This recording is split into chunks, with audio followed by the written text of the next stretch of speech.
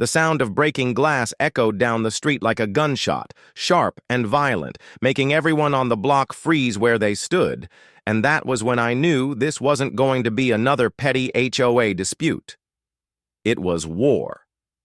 My wife staggered, back on the porch, eyes wide, holding her hands up defensively as one of Karen's so-called HOA security guards, really just hired muscle in dollar store uniforms, lowered the metal rod he had used to smash the flower pot she'd planted by the steps. Gasps rose from the neighbors gathered on the sidewalks, their phones half raised, some already recording, others whispering nervously, and through it all, Karen stood smugly in her expensive dress, with arms folded like some self-appointed queen. "Rules matter," she said loudly, her voice dripping with satisfaction as if she'd orchestrated the moment for maximum humiliation. She had been gunning for us ever since I put up the small wooden carving of an eagle, my late father's, keepsake on our front lawn. To me, it was memory and respect. To Karen, it was an unsanctioned ornament that disrupted the perfect beige conformity of her suburban kingdom. First came the letters, then the fines, and then the threats written in scrawled notes she left under our doormat. My wife, God bless her, refused to give in, and that drove Karen insane. The so-called HOA cops were her escalation, a trio of men in fake badges who strutted around like they owned the place, intimidating elderly residents, harassing teenagers, and now standing in front of me, daring to raise their hands at my family. I froze, not from fear, but from training, years of discipline telling me not to rush, not to let rage blind me. But when I saw my wife clutching her arm where one of them had shoved her, that calm boiled into something sharp and cold. "Step away from her," I said quietly, voice low but steady enough that the nearest neighbor took a step back. One of. The goons puffed out his chest, baton swinging at his side. "She resisted inspection," he barked, "and resisting HOA inspection is a violation."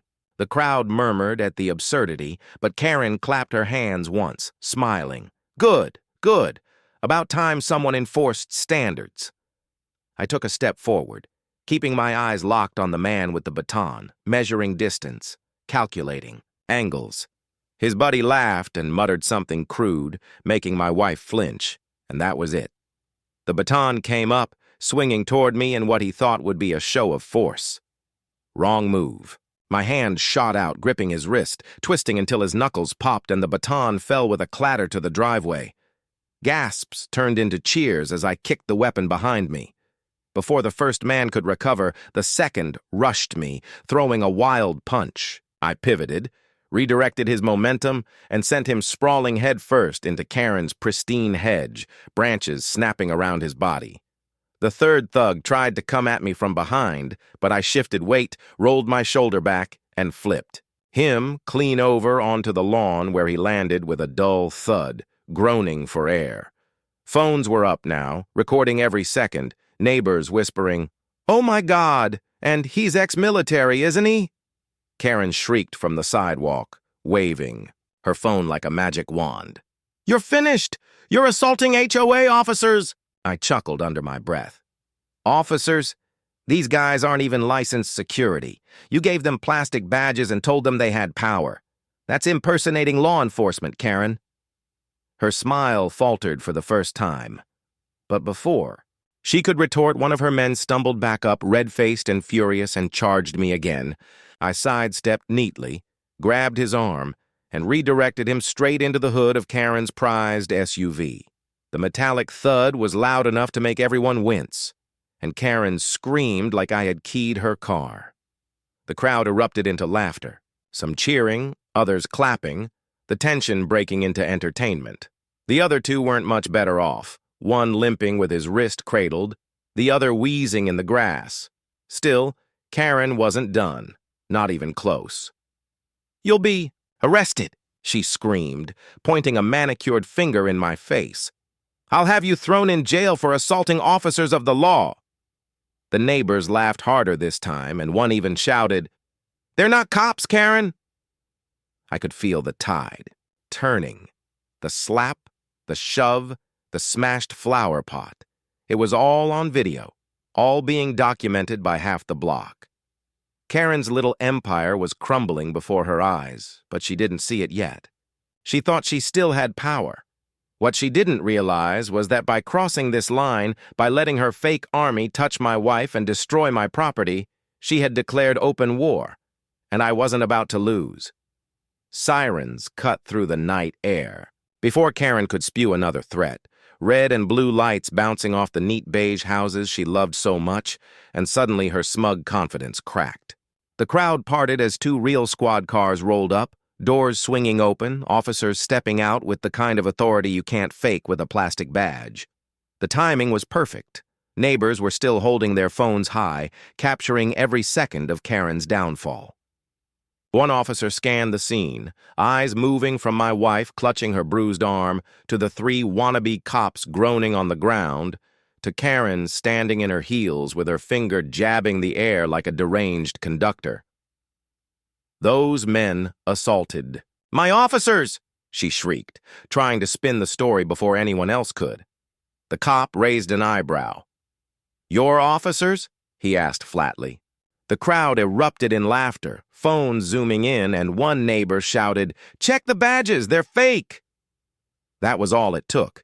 Videos were handed over, voices overlapping with the same story, fake security guards shoving, smashing, threatening, while Karen barked orders in the background. The officers didn't hesitate. Within minutes, the three men were cuffed, still whining about ligaments and scratches as they were hauled toward the cruisers. One real cop smirked at me as he passed. "Guess they picked the wrong house," he muttered, just loud enough for me to hear. Karen, meanwhile, turned desperate, waving her phone, begging them to arrest me. "He attacked them! He's dangerous!" she cried. The officers ignored her. Instead, they warned her she could face charges for hiring unlicensed muscle and impersonating law enforcement, not to mention orchestrating an assault. The color drained from her face as reality sank in. She wasn't in handcuffs that night, but the damage was done. Lawsuits, fines, and HOA resignations were already lining up like dominoes, ready to fall. The neighbors who once stayed silent finally spoke up, some cheering, others patting my shoulder, and my wife stood tall despite the redness on her arm, defiant as ever.